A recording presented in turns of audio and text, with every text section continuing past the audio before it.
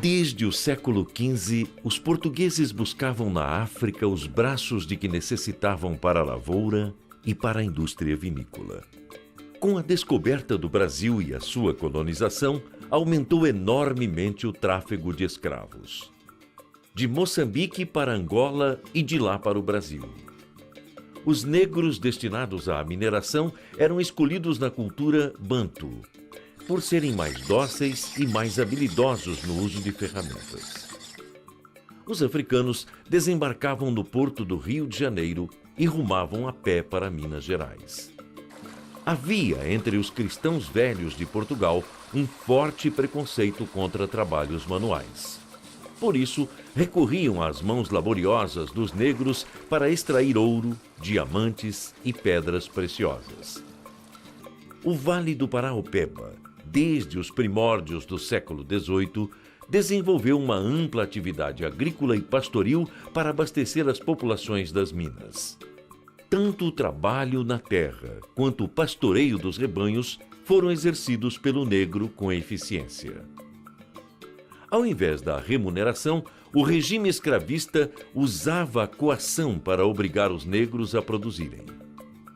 O açoite era o castigo mais usado contra os negros. Apanhavam de chicote para aumentar a produção. Por qualquer falta leve, era enxotado. Se fugiam, eram torturados após a captura. Os alimentos, as roupas e as moradias que recebiam eram de péssima qualidade. Não participavam de nenhum benefício social como escola, saúde pública e direitos fundamentais. Diante da crueldade dos proprietários, não havia outra saída para os escravos senão fugir para os quilombos e resistir, a exemplo da comunidade de Fundão, no município de Bonfim. O cemitério demarcado no meio da mata é o único testemunho e vestígio deixado pelos quilombolas. Mais tarde, já no século XX, distante do cemitério, construíram a igreja de Santa Margarida. Fabricar suas próprias armas era uma das formas de organização de defesa. O fugitivo tinha que saber caçar, pescar e coletar frutos silvestres. Ao libertar os escravos pela lei de 1888, o governo indenizou os proprietários. Recompensados, eles abandonaram as famílias de negros na Rua da Amargura, formando massa compacta de desempregados. A comunidade de Fundão acolheu grande parte dessa massa marginalizada. Na condição de quilombolas, diversas famílias se estabeleceram em pequenas propriedades, a exemplo da família de Ambrósio Augusto Nogueira, nascido em 1892. Ambrósio era filho de Augusto Nogueira Penido e Angelina Antunes Guimarães, ex-escravos beneficiados pela Lei Áurea. Em 1926, casou-se com Maria Bárbara de Jesus. Desse casamento vieram os filhos Ambrosina, José, Geraldo, Gessi e Antônio. Os quilombolas, na condição de fugitivos e de marginalizados, desenvolveram uma cultura própria que consistia em produzir tudo de que necessitavam. A mata consistia em refúgio e, ao mesmo tempo, manancial de frutos silvestres, caça e pesca. Ambrósio e seus filhos herdaram a capacidade de fabricar instrumentos de caça, pesca, utensílios e de defesa pessoal, como punhais, facas, canivetes e espingardas. Fabricavam os tecidos para cama, mesa e vestuário. Ambrosina guarda ainda uma toalha confeccionada por sua mãe. O algodão é enfiado na roda. Faz a linha na roda, bate o algodão, os caroços do algodão no escaraçador, bate ele com arco, aí enfia na roda, vai fiando, fazendo aquela linha. Depois faz um vieiro desse tamanho assim, ó. O dedo na olho dele, aí agora enfia no tiar para tecer. As roupas usadas pela comunidade eram totalmente feitas por eles, isentas de qualquer industrialização.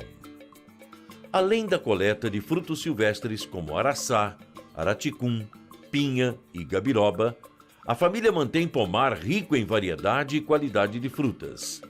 há fartura de banana, manga, tangerina, limão, laranja campista, goiaba e carambola.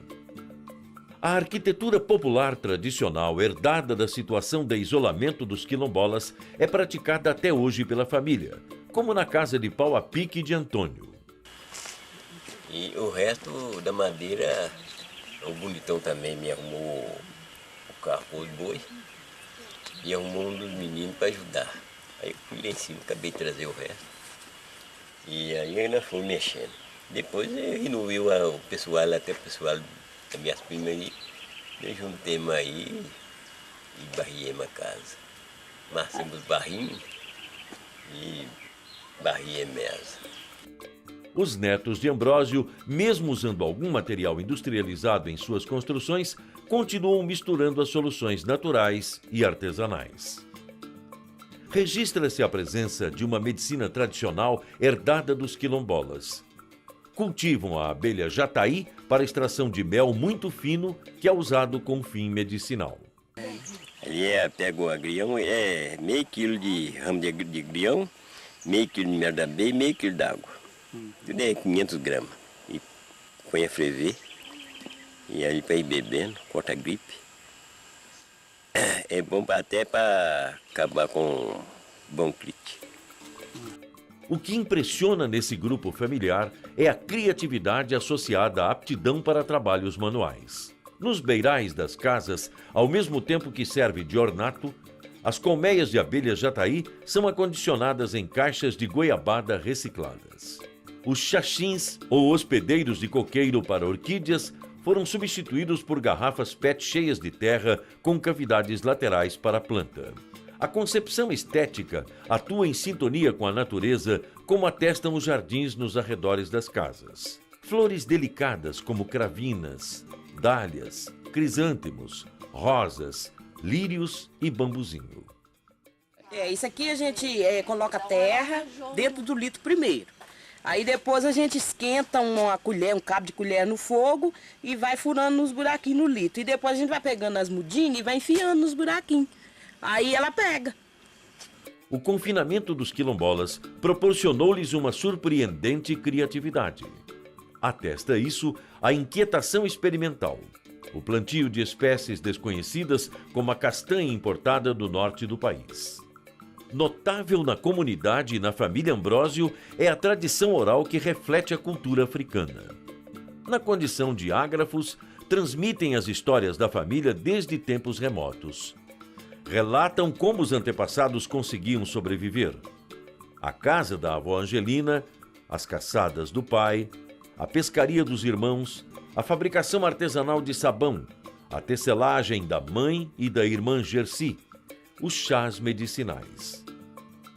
Um sinal de que as tradições continuam é o fato de as crianças já executarem atividades manuais típicas, como cortar um filete de caule, aparando-o, preparando-o para cestarias. O tratamento cordial e o modo amável e pronto de servir é um traço cultural herdado dos escravos e dos quilombolas para desarmar a agressividade dos senhores. Ambrosina e Antônio têm a maior alegria em presentear com frutos de seus pomares. A família Ambrósio constitui-se em um documento vivo da história de dois continentes, América e África.